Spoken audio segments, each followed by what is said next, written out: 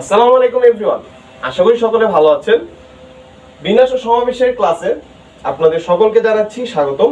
তো রাকিব এইচএসসি অর্থাৎ রাকিব ভাইয়ের পক্ষ থেকে এই কন্টেস্টের আয়োজনে আমিও পার্টিসিপেট করে ফেললাম। তো এখানে ক্লাসটা শুরু করার আগে আমি বলে নিতে চাই আজকে কি কি টপিকস আমি ক্লাসে আলোচনা করব। সেটা হচ্ছে শুরুতে বেসিক তেমন ভাবে আমি খুব যে ভালো মতো দিব সেটা না, ঠিক অল্প কিছু বলবো বেসিক সম্পর্কে।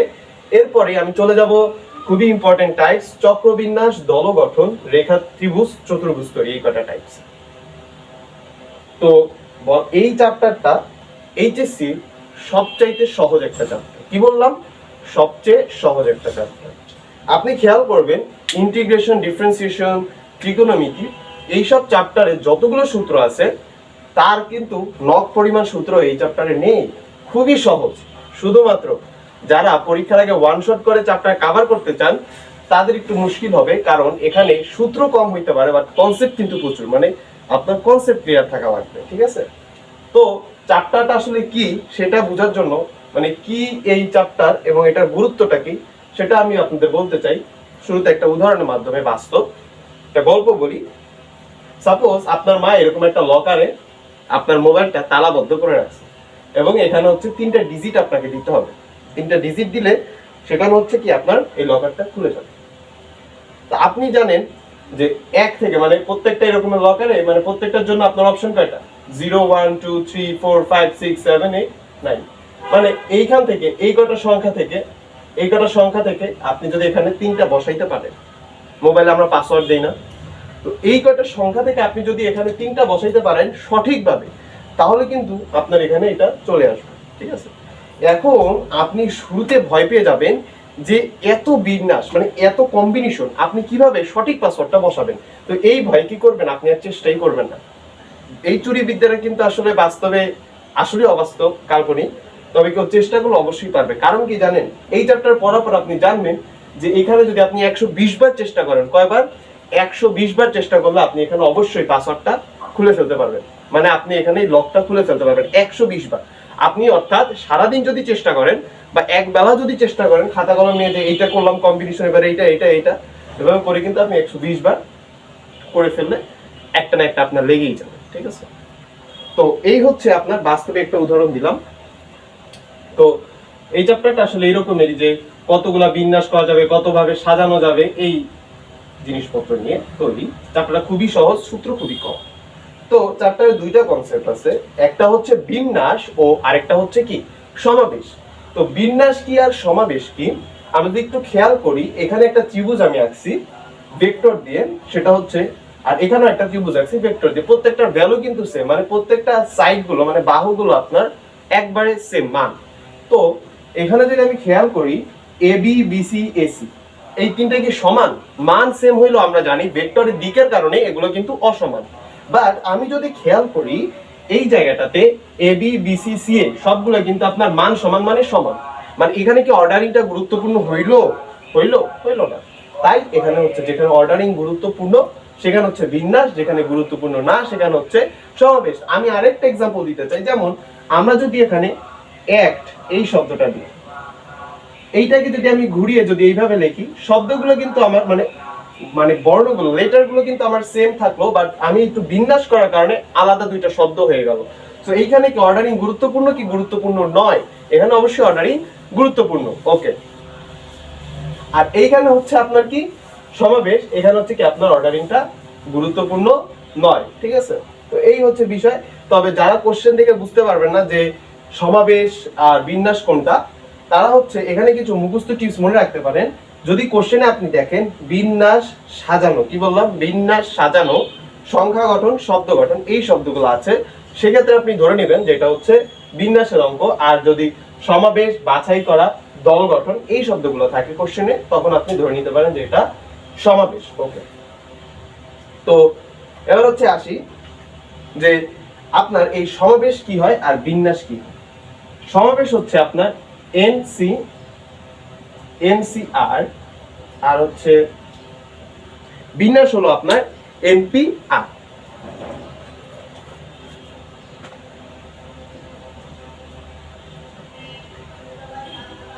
এবার আচ্ছা, এবার হচ্ছে আমরা যদি একটু খেয়াল করি যে সমাবেশের ইংলিশ আর বিন্যাসের ইংলিশ কি। বিন্যাস হচ্ছে আপনার পারমুটেশন এন্ড সমাবেশ হচ্ছে কি কম্বিনেশন। তো কম্বিনেশনের যে সি, সেইখান থেকে আমরা বলতে পারি যে এটা হচ্ছে কি এনসি আর, এটা কি এনসি আর। আর এখানে বিন্যাস হচ্ছে পারমুটেশন, তো পারমুটেশনের পি থেকে আমরা বলতে পারি এটা হচ্ছে এনপি আর। তাইলে এই শব্দগুলো দেখে আমরা আগে প্রথমে দেখব যে এটা বিন্যাসটা সমাবেশ। তখন যদি আমাদের সূত্রে অ্যাপ্লাই করা লাগে তখন আমরা এনপিআর ইউজ করব বিন্যাসের ম্যাথে আর এনসিআর ইউজ করব সমাবেশের ম্যাথে। এখন এনসিআর অনেকেই পরিচিত, বাট এনপিআর মানে কি সেটা অনেকে অপরিচিত। তো আমি একটু সূত্রগুলো দেখাই দিতে চাই।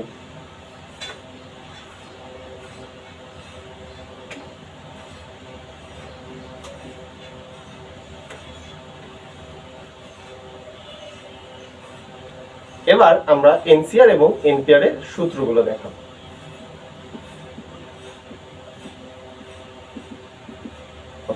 এনসিআর মানে হচ্ছে n factorial r factorial into n minus r factorial and NPR মানে হচ্ছে n factorial n minus r factorial.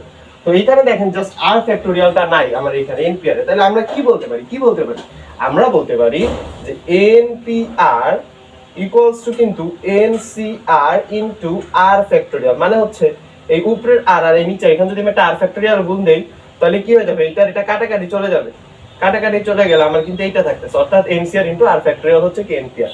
তো এইভাবে আপনি সূত্রগুলো কাজে লাগাতে পারেন। দুঃখিত। তো এই হচ্ছে বিষয়। তো বেসিকে আমি আর বেশি দূরে যাব না, এবার আমরা চলে যাচ্ছি আমাদের পরবর্তী টাইপ চক্রবিন্যাস। খুবই ইম্পর্টেন্ট একটা টাইপ এবং অনেকের এই টাইপে কনসেপ্টে খুবই ঝামেলা থাকে। আমি আজকে প্র্যাকটিক্যাল উদাহরণের মাধ্যমে কিছুটা হলেও ক্লিয়ার করার ট্রাই করব। এখানে আপনি ধরেন এখানে আপনার একটা চক্র আছে, এখানে একটা হচ্ছে এ পয়েন্ট, এখানে হচ্ছে একটা আপনার বি পয়েন্ট, এখানে হচ্ছে একটা সি পয়েন্ট, এখানে হচ্ছে একটা ডি পয়েন্ট। তো আমি কিভাবে আসলাম, আমি এইভাবে আসলাম। এটা কি ক্লকওয়াইজ না anti clockwise? Anti clockwise. And এখানে আরেকটা চক্র আছে এ বি সি ডি, এখানে এটা কোন ক্লকওয়াইজ? এটা হচ্ছে ক্লকওয়াইজ, ঠিক আছে। তো যাই হোক আমরা এটা নিয়ে একটু আলোচনা করি। চক্রবিন্যাসে আপনার খেয়াল করতে হবে যে এখানে কতগুলো কম্বিনেশন হয়। যেমন আমি যদি এটার জন্য চিন্তা করি এ বি সি ডি একটা কম্বিনেশন হইলো, আবার আমি যদি এইখানে এ পয়েন্ট না রেখে এইখানে আপনার ডি পয়েন্ট দিয়ে শুরু করি, এইখানে আপনার যদি সি দেই, মানে এইভাবে যদি আমি বিভিন্ন ভাবে কম্বিনেশন করি সেই ক্ষেত্রে আরো হইতে পারে। যেমন বি সি ডি এ, তারপরে এভাবে আরো চলবে সি ডি বি এ, ঠিক আছে, এভাবে চলতে থাকবে, ঠিক আছে। তো এই যে বিন্যাস, কত ভাবে আপনার বিন্যাস করা। তো আপনি এখানে এই যে একটা বিন্যাস পাইলেন, এখানে একটা বিন্যাস পাইলেন, এভাবে তো অনেক বিন্যাস সম্ভব। তো এটা আপনার কিভাবে বাইর করবো বলেন তো? এখানে আমরা এইটা পাবো হচ্ছে n-1 ফ্যাক্টোরিয়ালের মাধ্যমে। এখন এটার প্রমাণটা আমরা আপনাদের দেখাতে পারি, কিন্তু দেখাবো না যেহেতু আমাদের ক্লাস টাইম আজকে খুবই শর্ট। আপনি জাস্ট মাথা রাখেন চক্রবিন্যাসের ক্ষেত্রে n-1 ফ্যাক্টোরিয়াল। এবং এখানে আরেকটা বিষয় আপনার খেয়াল রাখতে হবে যে সব ক্ষেত্রে কিন্তু আপনার n-1 ফ্যাক্টোরিয়াল হবে না। কি বললাম? সব ক্ষেত্রে n-1 ফ্যাক্টোরিয়াল হবে না। কিছু কিছু ক্ষেত্রে আপনার হবে n-1 ফ্যাক্টোরিয়াল ডিভাইডেড বাই 2, দুই দ্বারা ভাগ করতে হবে। এখন কেন দুই দ্বারা ভাগ করবে এবং কোন ক্ষেত্রে সেটা একটু বুঝাই দেই। আপনি যখন খাবার টেবিলের কথা চিন্তা করবেন, সেটা যদি আমরা একটা ভিউ থেকে দেখি, মানে উপর থেকে দেখবো, সেটা তো আর নিচ থেকে দেখার কোনো স্কোপ নেই। উপর থেকে দেখলে জাস্ট এই একটা ভিউ, আমার এই একটা ভিউ হইতে পারে, ঠিক আছে। এই একটা ভিউতেই আমি বিভিন্ন ভাবে ঘুরে পেঁচায় আমি কিন্তু বিন্যাস করতে পারি, ঠিক আছে। কিন্তু আমরা যদি একটা ফুলের মালার কথা চিন্তা করি, দেখেন আমি এখানে একটা চুড়ি দিয়ে আর কি বানাইছি। তো এখানে দেখতে পাচ্ছেন, আই হোপ ক্লিয়ারলি দেখতে পাচ্ছেন, এই ব্লু যে পয়েন্ট এন্ড এখানে যে ডিপ গ্রিন পয়েন্টটা, এটা হচ্ছে আমার কি নিচের পয়েন্ট, মানে এটা হচ্ছে উপর, এটা হচ্ছে নিচ। এটা কি আমার উপর এবং এটা হচ্ছে কি আমার নিচের পয়েন্ট। আমি একটু যদি কাছে নিয়ে যাই, এটা আমার উপরের পয়েন্ট, এটা আমার নিচের পয়েন্ট। আমি যদি এই মালাটা এইরকমের আছে, এটা হচ্ছে সাইডগুলো, এটা হচ্ছে এই সাইডগুলো, আমি এই মালাটাকে এইভাবে জাস্ট ঘুরিয়ে দিলাম। ঘুরাই দিয়ে দেখেন তো, দেখেন আমি আরেকবার দেখাই। এই যে দেখেন এইখানে যে পয়েন্টগুলো, সেটা কিন্তু আমার এই পাশে আছে, এই পাশে আছে না, এই পয়েন্টগুলো আছে কিন্তু।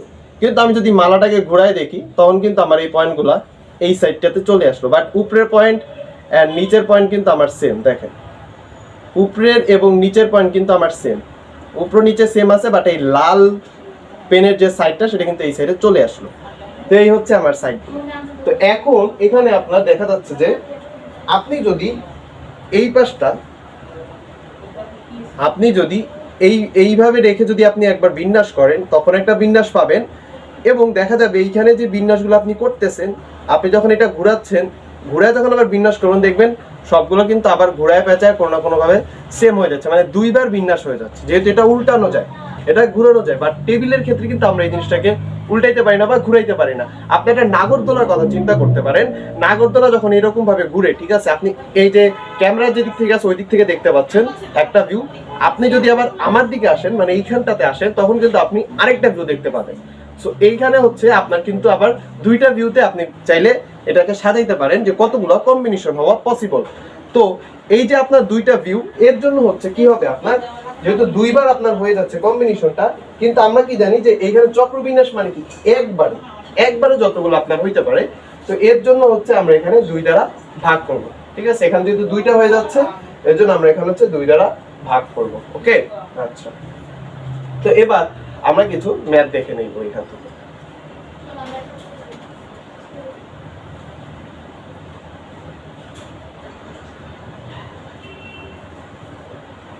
এখানে আমরা যদি একটা ম্যাথ দেখাই, সেটা হচ্ছে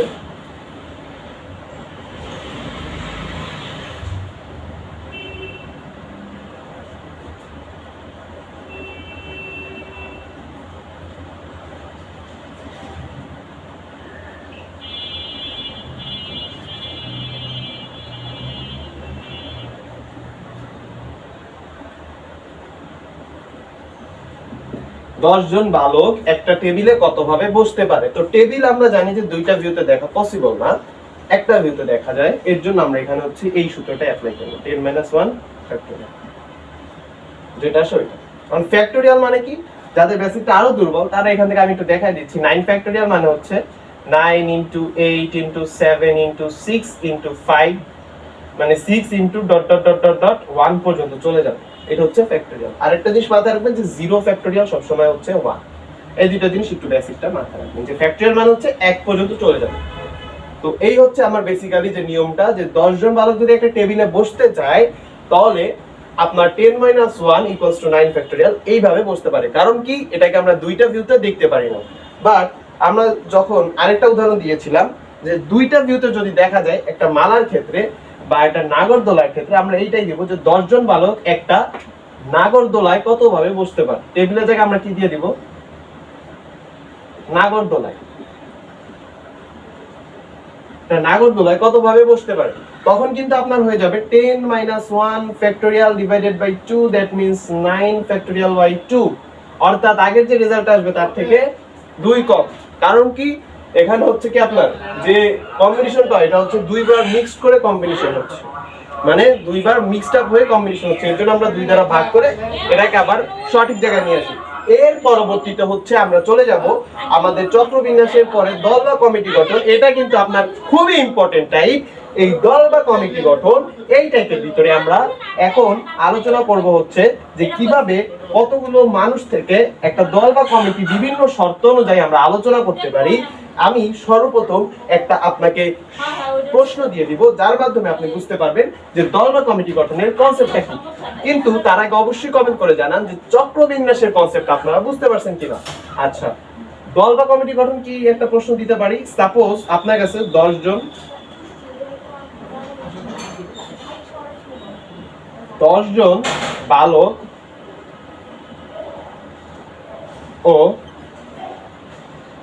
বালক ও 5 জন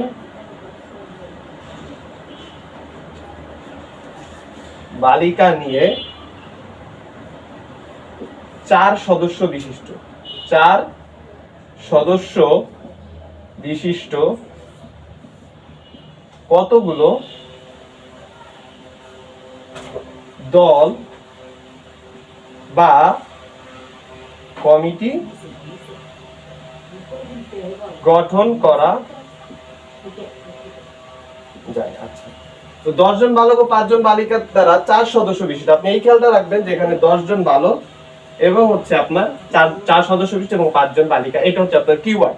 তো এখন আপনি চিন্তা করেন আপনার কাছে 15 জন মানুষ থাকলেও আপনার দলে কয়জন থাকবে? 4 জন। আপনি প্রথমে রহিম, করিম, সলিমউদ্দিন এদেরকে নিয়ে একটা দল বানাইলেন এবং আপনি আবার অন্য কয়েকজনকে নিয়ে আপনি একটা দল বানাইলেন। তো এইভাবে আপনার ঠিক যতগুলো কম্বিনেশন হয় সবগুলো এখানে স্টেপ বাই স্টেপ দেখাইতে হবে। তো এখানে এটা করতে গেলে একটু বড় হয়ে যাবে এবং পরীক্ষা এত বড়গুলো দিবেও না। তো আমি এখানে 5 জন বালক থেকে এখানে বানাই দিব হচ্ছে 5 জন বালক, 10 জন থেকে বা 6 জন বালক বানাইলাম, 6 জন বালক, ঠিক আছে। আচ্ছা, তো প্রথমে কি হইতে পারে? আমার 4 সদস্য বিশিষ্ট, মানে 4 সদস্য বিশিষ্ট। আমি এখানে আগে একটা চার্ট করে নিব। বালক, এখানে হচ্ছে বালিকা, ঠিক আছে। আর এখানে হচ্ছে আমি কম্বিনেশনটা লিখবো।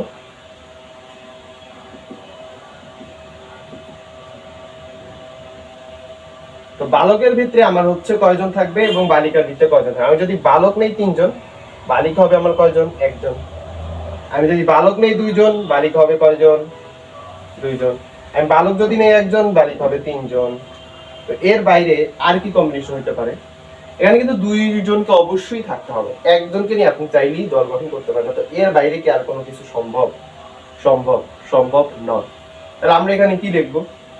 এখানে আমরা লিখব 6C3, কারণ কি 6 জন বালক থেকে 3 জন নিলাম।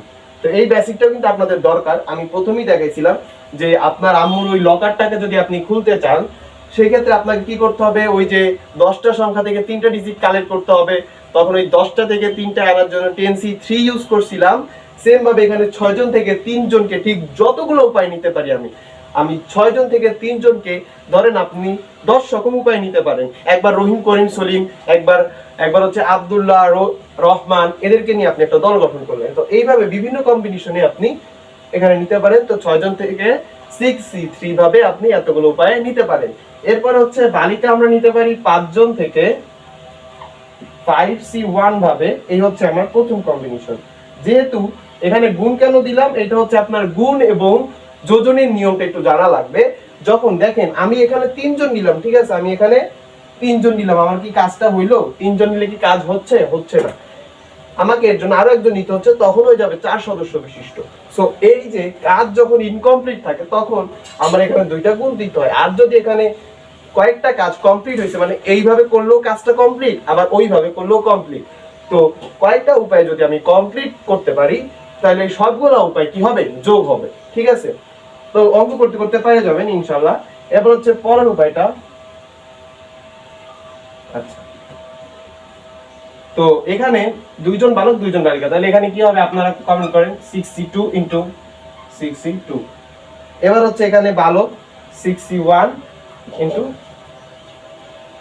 এখানে সরি বালিকা হবে 5C2, এখানে হবে কত? 5C3। তো এই কয়টা কম্বিনেশন। এবার এগুলা কি করব? দেখেন এখানে আমার 4 সদস্য বিশিষ্ট হয়ে গেল, এখানেও আমার 4 জন, এখানেও আমার 4 জন। তাহলে এবার আমরা এগুলোকে কি করব একটু দেখি। 6C2 ইনটু 5C1, এই যে বললাম আমার একটা কাজ কমপ্লিট। এবার আমরা এটা যোগ করে দিব, কারণ কি এইভাবে করলে আমার কাজটা কমপ্লিট হয়ে যাচ্ছে। আমি যদি এবার এইভাবে সাজাই তাও আমার কাজটা কমপ্লিট। 6C2 ইনটু 5C2 কাজ complete, plus 6C1 into 5C3 আমার কাজ এটাও কমপ্লিট। তাহলে এই পুরোটাই হচ্ছে কি আমার ঠিক কতগুলো উপায় বা কতগুলো ভাবে দল গঠন করা যায় তার সংখ্যা হবে এই পুরোটা। এই যে যা আপনারা অবশ্যই রেজাল্টটা বের করে কমেন্টে জানাবেন। তো এইভাবে হচ্ছে কি আপনার দল বা কমিটি গঠনের ম্যাথস গুলো করতে হয়, ঠিক আছে। তবে এখানে যদি আপনাকে আরো রেস্ট্রিকশন দিয়ে দিতে পারে, যেমন ঠিক 2 জন বালক নিতে হবে, 3 জন বালক নিতে হবে, একটা দলে ফিক্সড রাখতে হবে, ঠিক আছে। আচ্ছা, এই টাইপের ঠিক কাছাকাছি হচ্ছে জার্নি বাই বাস, ওটা আপনারা দেখলেই বুঝে যাবেন। তাই জার্নি বাই বাসটা এখানে ইনক্লুড করব না। তো এই একটা কোশ্চেনের মাধ্যমেই কিন্তু আমরা আমাদের দল বা কমিটি গঠনের যে কনসেপ্ট সেটা ক্লিয়ার করতে পারছি। এবং এইটা আপনাকে একটু বাসায় প্র্যাকটিস করে নিতে হবে, তাইলে আপনি এই টাইপটা ক্লিয়ার করতে পারবেন। পরবর্তীতে আমরা চলে যাব রেখা, ত্রিভুজ ও চতুর্ভুজ তৈরি, এই টাইপের খুবই খুবই গুরুত্বপূর্ণ টাইপ এবং কনসেপচুয়াল টাইপ। আপনাকে একটা জিনিস মাথায় রাখতে হবে যে আমরা মিনিমাম একটা রেখার জন্য 2টা বিন্দু দরকার, একটা ত্রিভুজের জন্য আপনার 3টা রেখা দরকার। আমি যদি আপনাকে একটা কোশ্চেন করি যে 10টি বিন্দু দিয়ে 10টা বিন্দু দিয়ে কতগুলো ত্রিভুজ তৈরি করা যাবে? কতগুলো ত্রিভুজ তৈরি করা যাবে? 10টা বিন্দু। ত্রিভুজের জন্য আমরা জানি কয়টা করে দরকার হয়, কয়টা করে বিন্দু দরকার হয়। আমার কিন্তু 3টা বিন্দু দরকার হয়, অর্থাৎ 10C3। তাহলে ঠিক 10টা বিন্দু থেকে আমি যে 3টা বিন্দু নেই, ঠিক এতগুলো উপায় কিন্তু আমার এটা হয়ে যাবে। খুবই সহজ। তো এটা দেখে আপনারা বুঝতে পারেন যে কিভাবে এটা কাজ করে। কিন্তু এখানে কিন্তু আরো কনসেপচুয়াল জিনিস আছে। সেটা হচ্ছে আমি যদি এখানে 10টা বিন্দু দিয়ে কতগুলো ত্রিভুজ তৈরি করা যাবে, যেখানে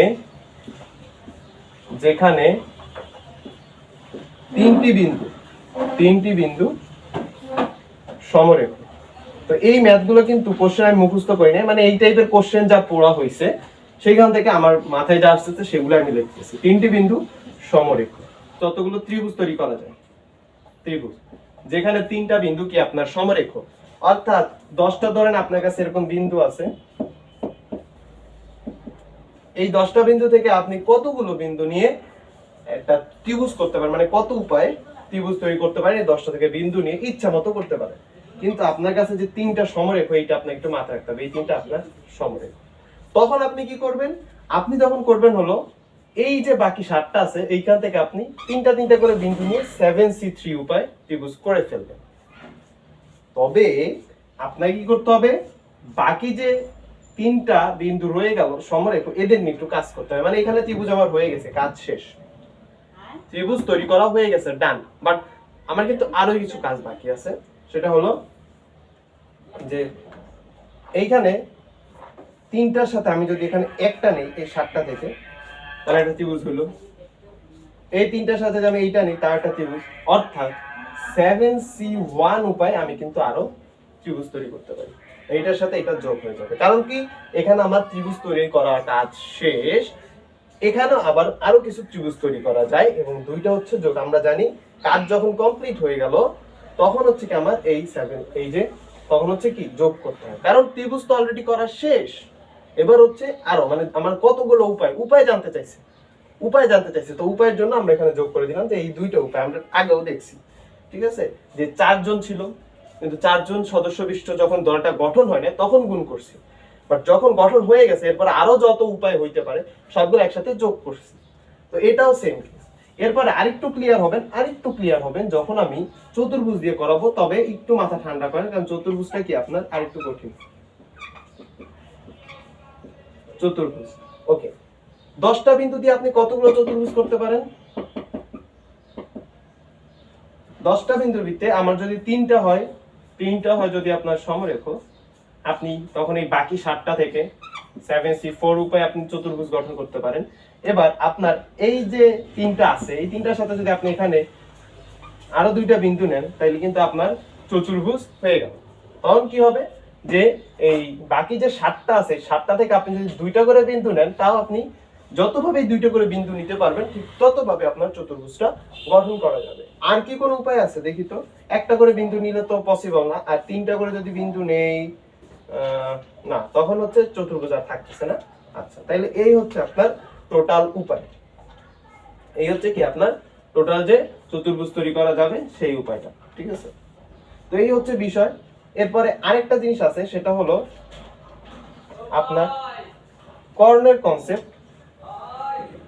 সেটা মাথায় রাখবেন। ধরেন একটা চতুর্ভুজ আমি এখানে দিলাম, 4টা বাহু, বা কর্ণ কয়টা? 2টা। অর্থাৎ এখানে আমরা যদি দেখি 4C2, এটা হচ্ছে আপনার রেজাল্ট।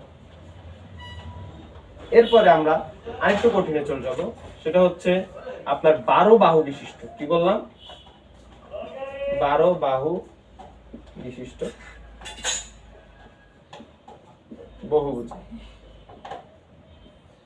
বহুভুজে কতটি কর্ণ আছে?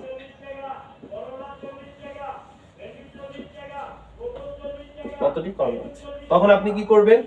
এই 12 বাহু বিশিষ্ট বহুভুজের জন্য আপনি কি করবেন, যে আমরা আগেও দেখছি যে যতগুলো বাহু আছে, আপনি দেখেন যতগুলো কৌণিক বিন্দু মানে কর্ণ আঁকার জন্য আমরা দেখছিলাম যে আপনার কৌণিক বিন্দু এইখানে 4টা আছে, 4টা 4C2, ঠিক আছে।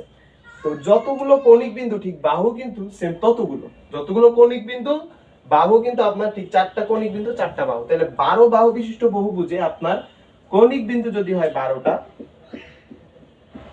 1 2 3 4 5 6 7 8 9 10 11 12 11, এই আমি এগুলো যদি যোগ করি, এটা হচ্ছে আমার 12 বাহু বিশিষ্ট। এবার এগুলো আমি যোগ করলাম, এরকম কর্ণ হয়, মানে এরকম কর্ণ হইতে পারে অনেক ভাবে। এইটা আপনি কিভাবে বের করবেন? আপনি এইটা এটা মিক্স করে একটা কর্ণ বলতে পারেন, আপনি এটা বলে একটা কর্ণ বলতে পারেন, দুইটা অপোজিট কৌণিক বিন্দু, ঠিক আছে। এই যে এইটা, সরি এই যে এটা, মানে সেন্টার থেকে আপনার পাস হওয়া। এবার কথা হলো যে এখানে ঠিক 12টা আমার বাহু আছে এবং 12টা কৌণিক বিন্দু আছে। তো আমরা যদি এখানে দেখি 12C2, 12C2 কি আমার টোটাল যে এই 12টা কৌণিক বিন্দু থেকে যতগুলো রেখা টানা যাবে, কি বললাম, যতগুলো রেখা টানা যাবে, এই রেখাগুলোর ভিতরে কিন্তু আমার এই যে বাহুটা আছে, যতগুলো বাহু আছে এই বাহুগুলো কিন্তু ইনক্লুড। তো আমার এখান থেকে এই বাহুটাও কিন্তু বাদ দিতে হবে, এই বাহুটাও কিন্তু আমার বাদ দিতে হবে, অর্থাৎ 12 বাদ দিতে হবে। আমরা যদি একটু 4C2 এর দিকে তাকাই, অর্থাৎ 4 factorial divided by 2 factorial into 2 into 1, আবার হচ্ছে 2 ইনটু 1, ঠিক আছে। আর এখানে হচ্ছে 4 ইনটু 3 ইনটু 2 ইনটু 1। তো এখানে 2 2 কাটা, 2 2 3 দুগুণে 6, তারপর থাকে হচ্ছে আপনার 3 দুগুণে 6টা। তো এইখানে আপনার আসতেছে 4C2 মানে কত, 6টা, 6টা। তো এইখানেও আপনার কয়টা হয়ে গেল, 6টা। তো এই 6টা থেকে আমরা যদি 4টা বাদ দিই, মানে বাহুর সংখ্যাটা যদি বাদ দিই, তখন কিন্তু আমার 2টা যে থাকে ওইটা হচ্ছে কর্ণ।